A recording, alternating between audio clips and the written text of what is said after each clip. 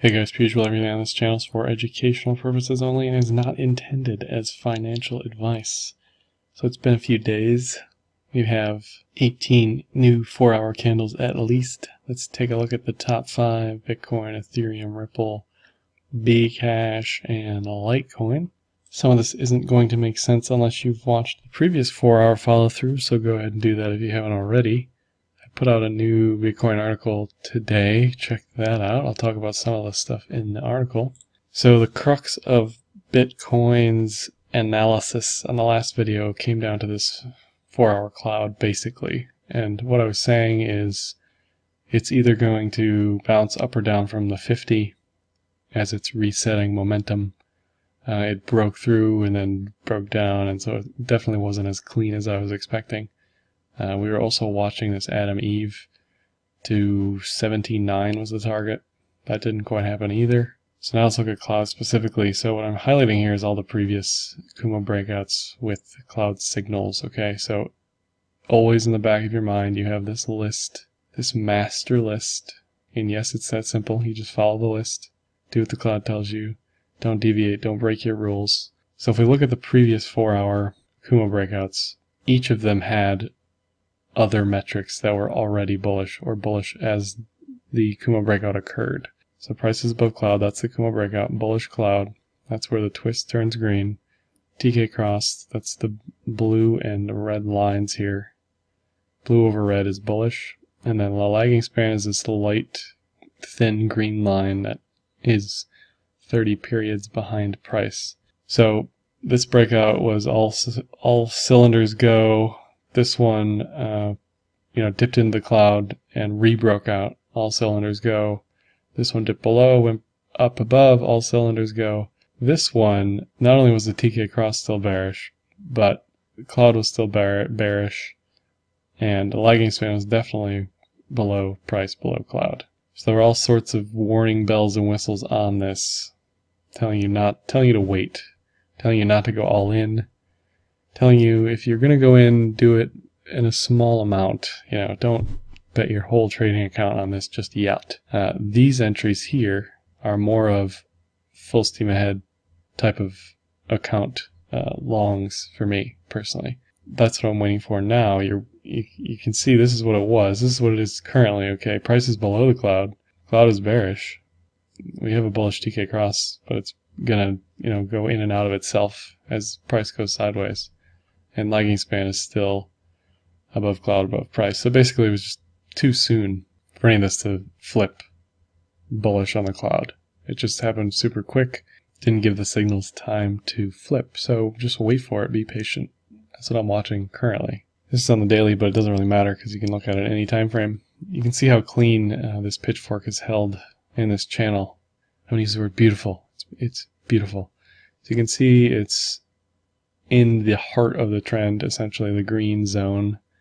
And you can see most of this was actually below the median line. So I'm expecting some of this to eventually pop above. And that's what we're talking about, 30K. The numbers are just numbers on the side of the screen. Totally irrelevant based on this indicator. So yeah, it's crazy. It's 30K, but the trend doesn't care. That's really what you need to pay attention to. Especially me, because I'm freaking out like, oh geez, it's 30K. That's insane. This was another super interesting chart. So the 4-hour has had 4 bearish crosses this year. We're setting up for another bearish cross. It had a setup for a previous bearish cross that never materialized. It didn't cross down, didn't retest, which is, I think, part of the reason why this currently looks so overbought, just to some people in general. It hasn't had its usual. Yes, we had this 30% and it was brutal, or 40 or 50 or whatever it was. But based on this, it hasn't tested where it should have tested. Partly could be because of the hastening of the trend, the parabolic nature.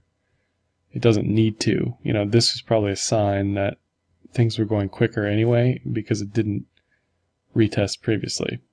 Okay, so all that's setting up for this hypothesis, which is 850 EMA, some random EMA. It's the 141 EMA on the daily. Okay, you just divide this by 6, you get 6 4-hour candles a day. You can tell it's totally meaningless. People If you're looking at the 141, congratulations, but I'm certainly not. So this is the 850. You can see it's hit the 850 every time it's had a bearish cross. And you can say to me, well, the bearish cross occurred after the move, so well, why do I care? Well, here's what you do. You put your bids down here. Putting bids on the book are free, okay? Low risk. You can say to yourself, I'm going to try to catch some knives, but previously, 4 times, that's been the end of it, you know?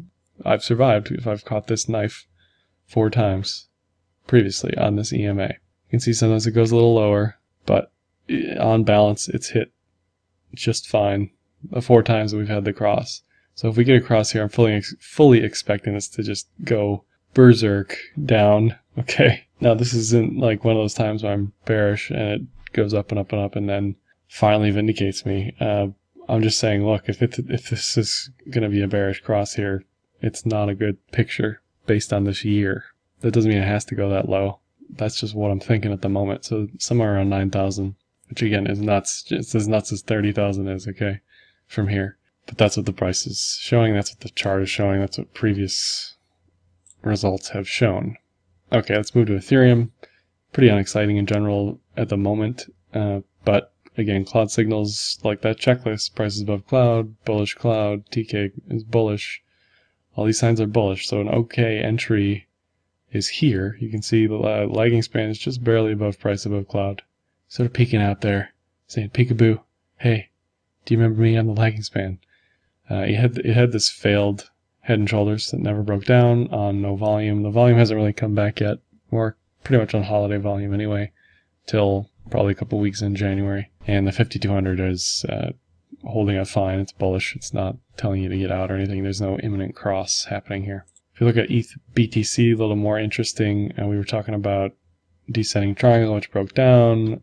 I was talking about this diamond bottom that eventually broke out up, and the 5200 EMA, which crossed bullish and is kind of holding price at this level at the moment. It certainly looks like continuation. It looks like, you know, the pain is over for Ethereum and the pair at the moment. You can see all this was bullish, bullish, bullish, and then it had this bearish period, and now it might have another bullish period. This might cross in and out a few times. You know, we might get something like this in the opposite direction where it kind of stagnates or ranges at a level and then eventually breaks up past this 065 zone. But right now it looks fine for up. And here's the 4-hour cloud. Nothing too exciting. You might get a recross situation here where it goes bearish, bullish on the TK. We may get edge to edge here. It's a little too early to tell. But it certainly looks fine where it is. You can see it's back in this giant range. So nothing crazy. I wouldn't play this myself in any level at the moment on that time frame. Moving to Bcash, again, same thing, nothing crazy. EMAs are bullish, prices below cloud. Cloud signals are essentially bearish here. You're waiting for this bearish cloud twist, Kuma twist. Overall, not a long entry in the slightest. And the same thing with the pair. You can see it broke below the cloud even. Probably going to reach for this 200 EMA somewhere around 1.5. That would be my guess. For support, you can see 1.5 has kind of been a key zone horizontally. So nothing too exciting there just yet. Ripple continues to break all-time highs, which is what these are.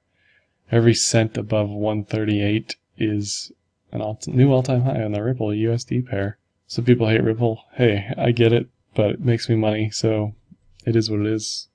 It's gonna feel dirty to a lot of people. It does feel dirty. But right now it's moving up and it's pretty easy to predict. So let's keep going. The price itself is kind of forming this ugly looking rising wedge. I'm just gonna exclude these wicks and people are gonna get hurt. This isn't gonna be pretty.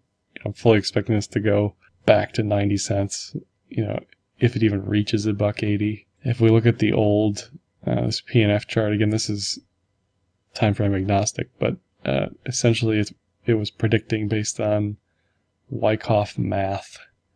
You could have predicted this at this level before this broke out.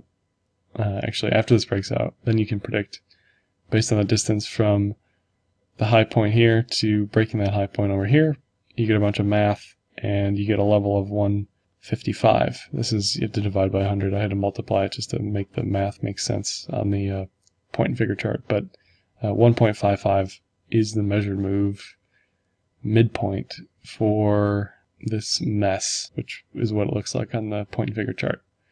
Could be 141, could be 168, but 155 is essentially where it's suggesting this is going to go. I was also talking about this 3 drives situation, somewhere up to, this is XRP BTC now, somewhere up to 10K plus 10.3 sats, 10.3K sats, something like that, before it pulls back heavily to 6. You can see we're getting this descending volume, never a good sign when you're getting drives higher and higher. Clearly a bear div on this, but again, it's making new local highs that it hasn't seen since June, July timeframe. Here's a zoomed out view, 4 hour. We were kind of range bound in this descending triangle, and then we got this washout here with an Adam Eve bottom. And you can see we're above that now, quickly, reversing in a matter of days after consolidating around the median line. So right now, where are we now? Okay, so we're back at this key area. Anytime you see a triangle on a chart, typically, just like the Ethereum 065 zone, this 10K zone is kind of where it all fell off the cliff, right? And so that's all you're looking for is a key support resist zone. If we bust through this, we're probably going higher to like 14K. If we don't, which I don't think we will, I think we're going to consolidate here for a little while, or reverse from here. And again, you can see this descending volume does not look great for these highs that are continuing to be put in on lower and lower volume. You can see that low volume propelled this thing up to levels never thought possible earlier this year before it pulled back pretty heavily. But seeing this doesn't make me super bullish, especially when it's at a key level. So that likely says it's going to reverse it some way, hopefully when I'm out of the trade. And let's look at LTC finally. Again, much like Bcash and Ethereum, the cloud and the EMAs are kind of just whatever at this point. You could argue some sort of falling wedge situation, which I'll show on the next chart. But overall, not too exciting. Volume, again, holiday volume. Nothing really to talk about, just sideways. Here is the old pitchfork with that flag I was talking about. 2 options here that I'm seeing. Either it's going to reverse hard pretty soon, and we're going to see highs never seen before between 5 and 600, or the more likely scenario is we're going to retest this median line again. Although I do like how clean this flag looks. Never be afraid to draw curved lines on your charts. And then lastly, LTC BTC. So immediately after that video recording, I exited that position because I saw it breaking the diag. It was breaking V bands, which I didn't turn on for this, but so I'm out of this at the moment. And good thing I did, because it just keeps sliding lower. You can see cloud exit signal 3 or 4 candles ago on this bearish TK cross. If you weren't already out on the cloud entry. So edge-to-edge rules expect this to go to 0125, and so do the flat Kumo rules that are just saying this is a 50% fib of something. It's been ranging here for a while. If it doesn't go higher, it's probably going to retest this zone.